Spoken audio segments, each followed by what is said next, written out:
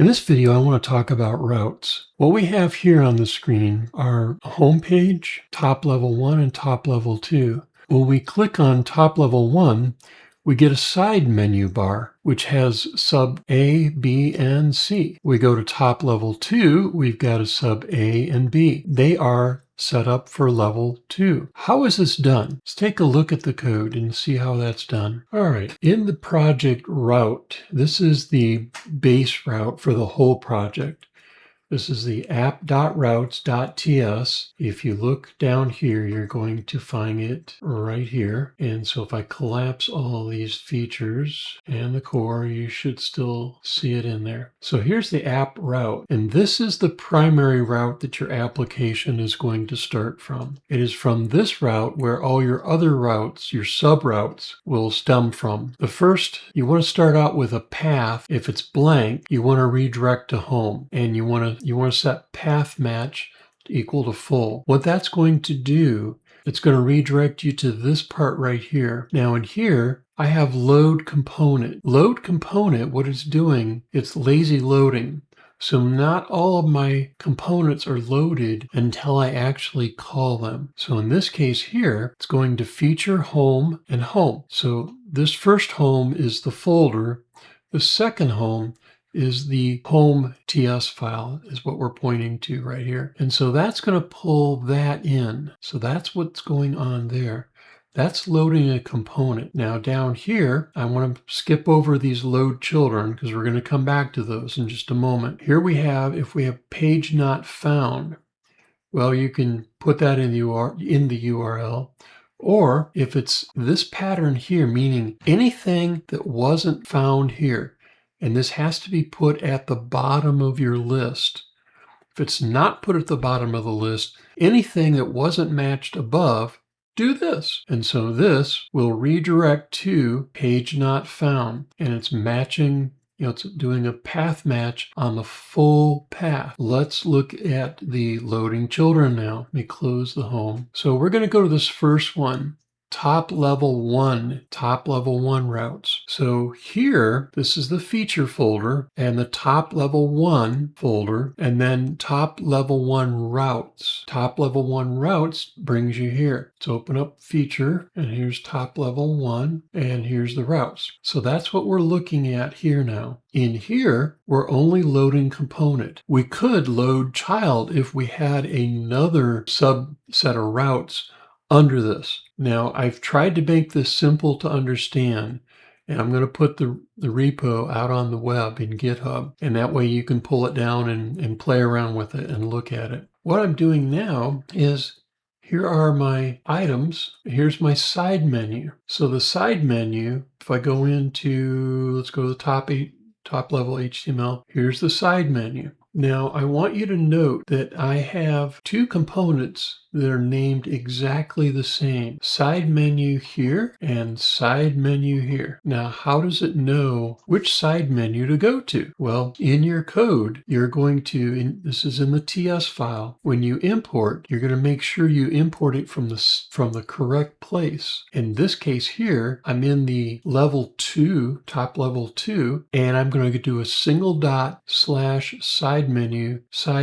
If I go up here, go look at the top level 1, I have the exact same path, but this is relative. Keep that in mind.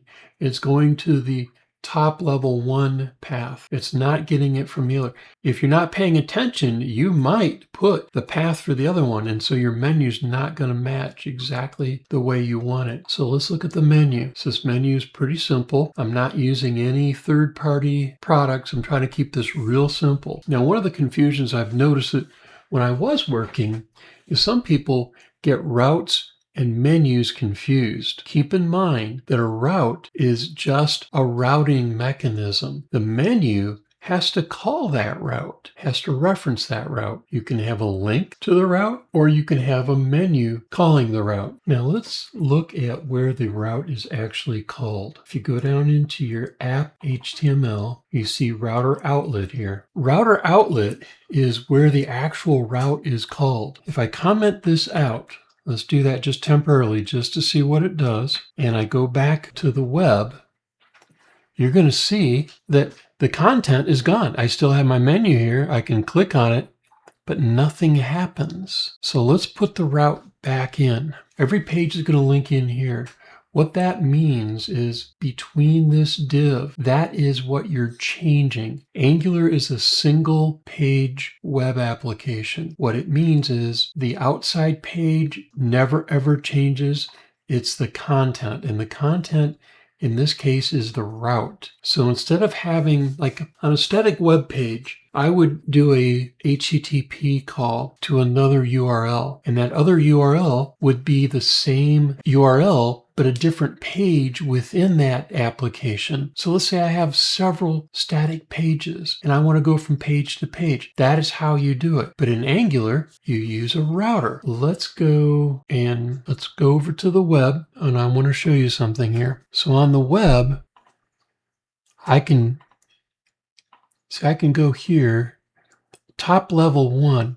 Notice it just says top level 1. How does that work? Let's go back and look at the code for a second.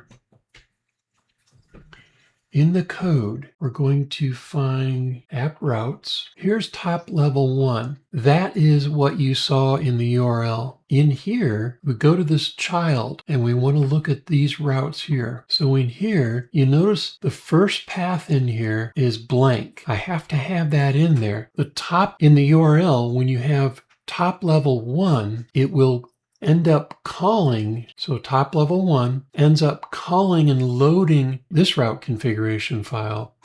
And in this route configuration file, it loads, so it's lazy loading these routes. These routes then append onto that top level 1. I have nothing after it. It's going to call this right here. It's going to go to the top level 1 folder and it's going to call it.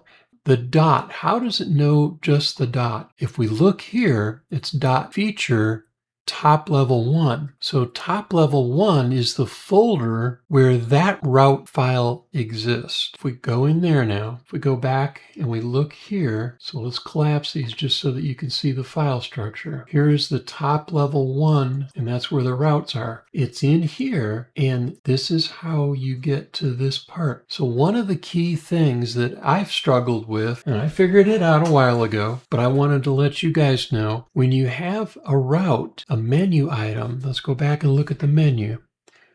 So if I have this top level here, and if I have a drop down, usually the top one, when you click on it, it opens the menu. It doesn't go to a page. So the child elements on that menu item then are the links. So what I wanted to do here is I wanted to give you an example of how to have something where you can have that top level, which is actually a link, and then have sub components.